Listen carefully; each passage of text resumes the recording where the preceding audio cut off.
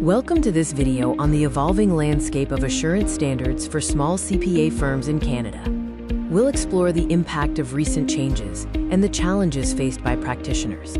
Before we dive into the challenges, let's briefly review the different types of engagements offered by public accountants in Canada and their corresponding levels of assurance.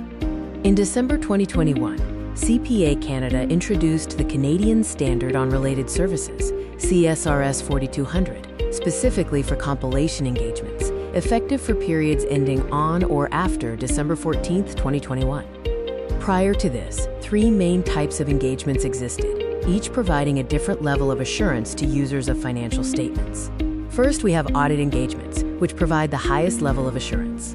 This is known as reasonable assurance, the highest level an accountant, acting as an auditor, can provide.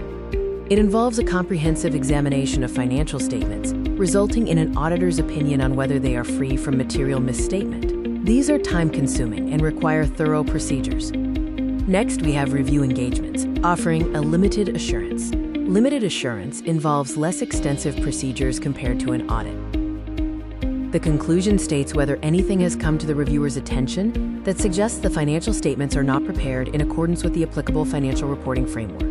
Finally, compilation engagements provide no assurance.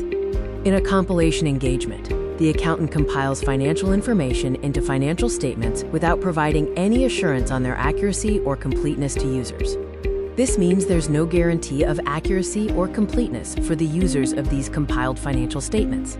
Interestingly, despite the rollout of CSRS 4200 in 2021, there was no change to the level of assurance provided by the accountant.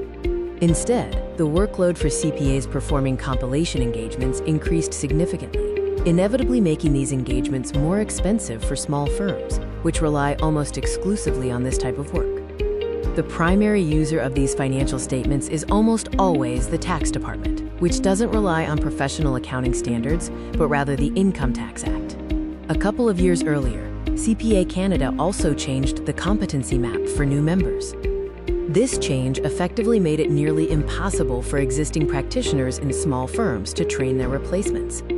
Their work predominantly consists of tax and compilation engagements, which are deemed inadequate to meet the new competency requirements for aspiring CPAs. These changes raise questions about the real intent behind the revisions to compilation standards, as their undeniable effect has been to burden small firms. Small CPA firms in Canada are now facing significant challenges in balancing compliance with new standards, maintaining profitability, and effectively training the next generation of accountants.